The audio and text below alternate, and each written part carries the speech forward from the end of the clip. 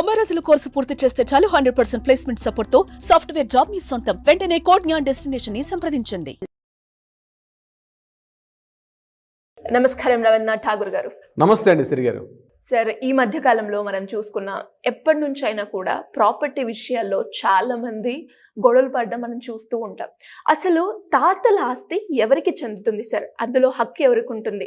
కొడుకుకా, కూతురుకా, లేదంటే మనవరాలకా, మనవుడికా?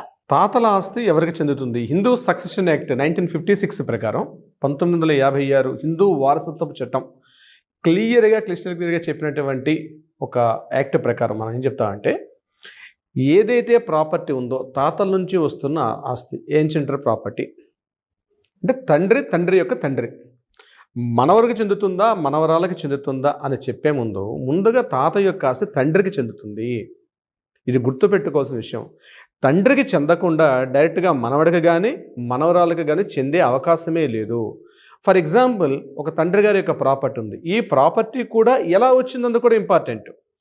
ఏ రకంగా వచ్చింది, అది కూడా స్వార్జితమా లేకపోతే ఆయన మరలా వాళ్ళ వారసత్వంగా అంటే ఆయనకి పూర్వీకుల ఆస్తి వచ్చిందా అన్నది కూడా ఇంపార్టెంట్. ఇక్కడ ఈ పాయింట్ మనం విశ్లేషణ చేసే ముందు ఏంటంటే, తండ్రి యొక్క ఆస్తి అంటే తాతగారి యొక్క మరలా ఆ తాతగారి నుంచి మరలా ఆస్తి వారసత్వంగా వచ్చినటువంటి అయితేనే ఈ యొక్క రూలు ఈ వారసత్వపు హక్కు చట్టం కింద వర్తిస్తుంది. అంటే ఉదాహరణకి తండ్రి గారి నుంచి ఒక ప్రాపర్టీ వచ్చింది. తండ్రి గారికి మరలా ఒక ముగ్గురు ఉన్నారనుకుందాం. ఇక ఏబిసి అనేటువంటి ఒక ముగ్గురు అబ్బాయిలు ఉన్నట్లయితే ఈ ఏబిసి అన్న వాళ్ళకి ముందుగా చెందుతుంది.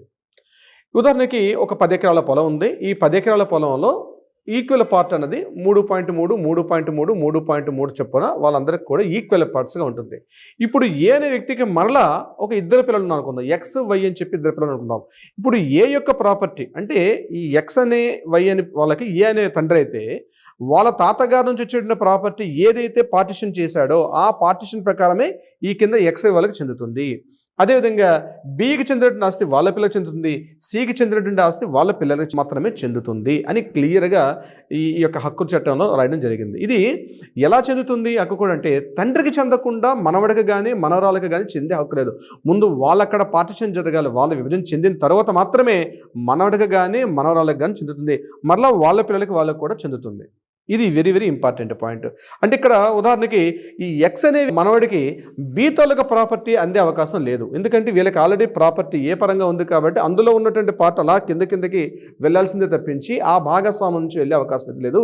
ఇక్కడ మరొక క్వశ్చన్ ఏంటంటే, మరలా అమ్మాయిలకు కూడా చెందుతుందా? ఎగ్జాక్ట్లీ, అమ్మాయిలకు కూడా ఈక్వల్ పార్ట్గానే చెందుతుంది. కొడుకుకి ఎంతైతే హక్కు చెందుతుందో ఈక్వల్ పార్ట్ అమ్మాయికి కూడా చెందుతుంది.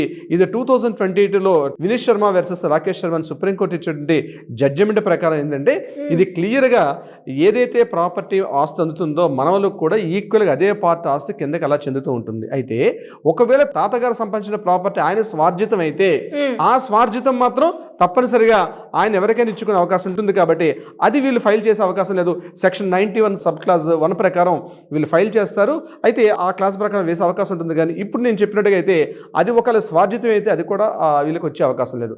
ఇది కాకుండా ఆ ప్రాపర్టీ ఏదైతే ఉందో అది స్థిరాస్తి కావచ్చు, అంటే ల్యాండ్ కావచ్చు, లేకపోతే బంగారం కావచ్చు, XYZ ఏదైనా సబ్జెక్ట్. సో ల్యాండ్ గురించి మనం మాట్లాడుకుంటున్నాం కాబట్టి ల్యాండ్ ప్రాపర్టీ ఎంత అమౌంట్ అయితే వస్తుందో అంత అమౌంట్ వస్తుంది. ఇక్కడ మరొక క్వశ్చన్ వస్తుంది.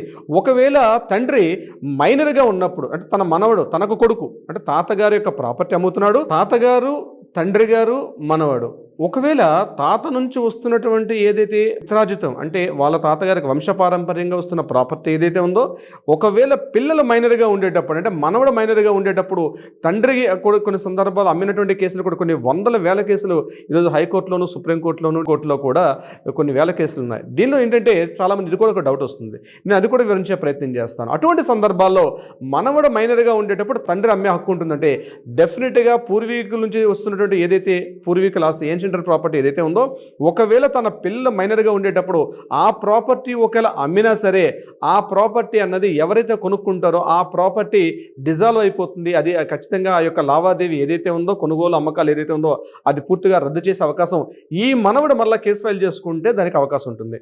ఎందుకంటే అది తాతల నుంచి వచ్చే ఆస్తి కాబట్టి మనవడికి ఖచ్చితంగా చెందుతుంది. మనవడి యొక్క పర్మిషన్ ఈవెన్ మైనర్గా ఉండేటప్పుడు మనవడు కావచ్చు మనవరాలు కావచ్చు ఇద్దరు ఎవరికి ఈక్వల్గా ఉందని నేను చెప్తున్నాను. కాబట్టి ఇద్దరిలో ఎవరైనా ఎవరైనా మైనర్గా ఉండేటప్పుడు అంటే మేజర్ అయ్యేటప్పుడు సంతకాలు తీసుకోవాలి. వాళ్ళు మైనర్గా ఉన్నారు కాబట్టి వాళ్ళకి సంబంధం లేదు, మేము ప్రాపర్టీ అమ్మేస్తామని తండ్రి అనుకుంటే కుదరని పని. ఎప్పుడైనా మనవడు కానీ మనవరాలు కానీ మరలా ఆ ప్రాపర్టీ ఎవరికైనా అమ్మేస్తారు అనుకోండి, వీళ్ళకి మరలా ఆ ప్రాపర్టీ మీద కూడా వీళ్ళు మళ్ళీ కేసు ఫైల్ చేసే అవకాశం ఉంటుంది. కేసు ఫైల్ చేసేటప్పుడు ఖచ్చితంగా ఈ యొక్క ఎవరైతే ఈ ఫైల్ చేస్తున్న మనవడు కావచ్చు మనవరాలు కావచ్చు మా ప్రాపర్టీ తాతగారి నుంచి వచ్చింది అని ప్రూఫ్ చేయాల్సిన అవసరం వాళ్ళకు ఉంటుంది. ప్రూఫ్ చేసిన తర్వాత ఏదైతే సపోజ్ ఇప్పుడు నేను మొదట చెప్పినట్టు తాతగారు ఏ అనేటువంటి తన కొడుకుకి అమ్మినప్పుడు ఏకి యొక్క పిల్లలు ఎక్స్ అని ఉన్నాడు, ఎక్స్ మైనర్గా ఉండిపోయాడు, ఈ ప్రాపర్టీ అమ్మేశారు. వీళ్ళు ఇక్కడ ఏం చేశాడు, మైనర్గా ఉండేటప్పుడు అమ్మేశాడు కాబట్టి ఎవరైనా వ్యక్తి కొనుక్కున్నాడు అనుకోండి, ఫర్ ఎగ్జాంపుల్ ఎవరొక వ్యక్తికి వీళ్ళ మధ్య జరిగిన ట్రాన్సాక్షన్ ఏదైతే ఉందో కోర్టు నుంచి ఆ యొక్క ట్రాన్సాక్షన్ కూడా రద్దుపరిచే అవకాశం కూడా 100% ఉంటుందన్నమాట. ఒకవేళ మరి ఎట్లా అమ్మాలి సార్, ఖచ్చితంగా ఆ ప్రాపర్టీ అమ్మాల్సిన పరిస్థితి వచ్చింది, పిల్లలు చూస్తా మైనర్స్, ఎట్లా మరి ప్రాపర్టీని సేల్ చేయాలి అని ఒక క్వశ్చన్, అంటే ఎమర్జెన్సీ పరిస్థితిలో ఎట్లా చేయాల్సి వస్తుందంటే ఒకవేళ ఆ ప్రాపర్టీ అమ్మిన తర్వాత ఆ ప్రాపర్టీలో అమ్మినటువంటి అమౌంట్ ఏదైతే ఉందో ఆ అమౌంట్ని రిజర్వ్ ఫండ్ కింద ఇది పూర్తిగా ఒక బ్యాంకుల అకౌంట్లో వేసి ఇది పలానా రకంగా మేము ఈ ప్రాపర్టీ అమ్మామని చెప్పి ఆ మైనర్ పేరు మీదుగా ఈ అమౌంట్ ఏదైతే ట్రాన్సాక్షన్ జరిగిందో అందులో మైనర్ వాటా ఎంతైతే ఉందో ఆ వాటా అమౌంట్ని బ్యాంకులో ఒక సేఫ్ అకౌంట్లో పెట్టి ఆ అబ్బాయి మళ్ళీ మేజర్ అయిన తర్వాత ఈ అమౌంట్ తాతగారి నుంచి వచ్చిన ఆస్తి ప్రకారం నీకు ఇంత అమౌంట్ వచ్చింది అని చెప్పి చెప్పాల్సిన అవసరం అయితే ఉంటుంది. అలా కాకుండా తాతగారి నుంచి వచ్చిన ఆస్తి ప్రాపర్టీ కాబట్టి మనోడు మైనర్గా ఉన్నాడు, ఆయన సంబంధం లేదు, మనోడు కావచ్చు మనోరాలు కావచ్చు, ఇద్దరికి వర్తిస్తుంది ఇప్పుడు నేను చెప్పేది. అట్లా అమ్మేస్తామంటే ఆ ప్రాపర్టీ అనేది చెల్లుబాటులోకి రాదు. అది కోర్టు పరంగా ఆ యొక్క లావాదేవీని కూడా రద్దుపరిచే అధికారం కూడా ఈ తర్వాత ఈ మనవడు కావచ్చు మనోరాలు కావచ్చు కోర్టులో ఫైల్ చేసుకుంటే దాన్ని రద్దుపరిచే అధికారం కూడా ఉంటుంది. ఇంకొక రకమైన కేసు కూడా వస్తుంది. మరొకటి, ఆడపిల్లలకి పెళ్లి చేసి పంపించేశాం కాబట్టి ఆ ప్రాపర్టీ తాతగారి ఆస్తి మేము ప్రాపర్టీ అమ్మేశాం కాబట్టి ఆ ప్రాపర్టీ ప్రకారం ఎంతో కొంత కట్న రూపం కావచ్చు లేకపోతే ఆడపిల్లలకి ఇవ్వాల్సినటువంటి బంగారు రూపంలో మార్చేశాం కాబట్టి అట్లాంటి సందర్భాలు వచ్చేటప్పుడు అట్లాంటి సందర్భాల్లో కూడా ఇప్పుడు నేను చెప్పినట్టుగానే ఆ ప్రాపర్టీ ఏదైతే ఉందో దాని అమౌంట్ అట్లా పక్కన పెట్టాల్సి వస్తుంది.